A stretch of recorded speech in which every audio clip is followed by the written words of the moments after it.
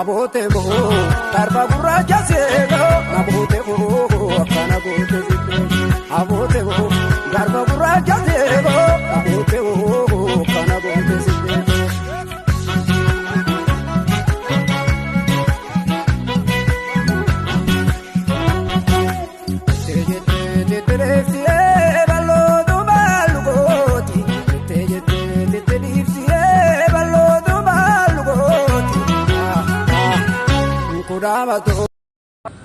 Shamarka fuunee kabajamtoota daawwattoota kiyyaa warroonni boonituuf jalatti argamtan hedduu galatooma warroonni sabiskiraayib nu godhuu jirtanii akkasuma warroonni maatiin ta'anillee maatiinaaf taasisanii jecha akkuma argitan irraa micciirraa dalaguu deemaa inshaallah aadaa arsiitiin micciirraa jedhamaa beekamaadha.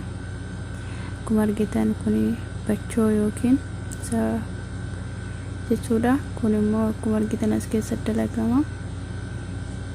Kun immoo akkuma argitan dhadhaa jechuudha qopheeffadhee jira.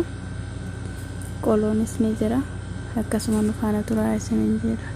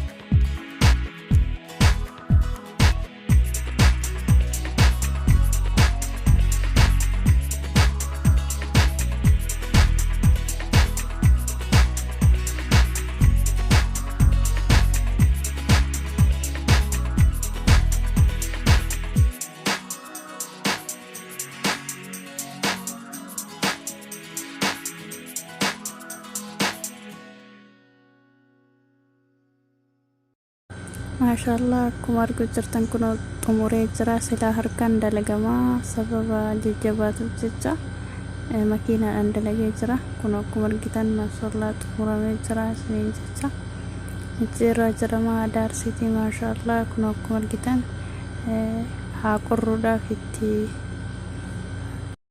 kiisheetti godhee akkuma argitan bakka qorraa kaayaa jira. Booda yeroo qorree amma argitanii hedduu tokko namatti tola hedduu tokko namoonni jala jechuudha. Amma yeroo qorree hedduu tokko namatti tola akka namatti naawubsa hedduu tokko sin gammachiisa waan biyyaa namaa jirruuf malumaan dalage jechuudha. Maashinaani harkaan dalagamaa ture akkuma argitan qorrisiisee jira laala hanga dhumaa. hedduu tokko yoo viidiyoon kun isinitti tole subscribe like gochuun dagatina akkuma argitan kuno kiisheetti godhee jira akkuma argitan kuno raawwaasa jira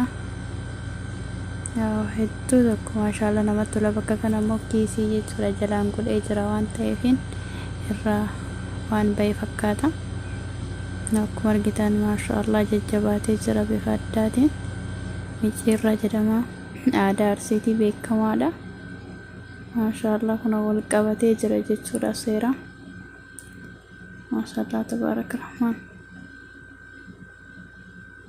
akkuma argitan kun waan takka hedduu namatti tola subscribe share gochuu hin dagatinaa nu jabeessaa sumaanu wanta adda addaa isinii qabannee dhufna hanga dhumaa laala viidiyoo kan maashaallah akkuma argaa jirtanii kunis Aadaa Arsiitii mooqqaa jedhama waan isin jettanii hin beeku afaan hedduun dubbatamaa waan ta'eef akkuma argitan aananillee qophaa'ee jira akkuma argitan maashaallah micciirraadhaaf aanan walitti maashaallah akkuma argitan geessinee jira yoo isinitti tole viidiyoo kana share like subscribe gochuu hin irraanfatinaa isiniin jenna taraa biraa hanga walitti deebinu viidiyoo biraatitti bye bye.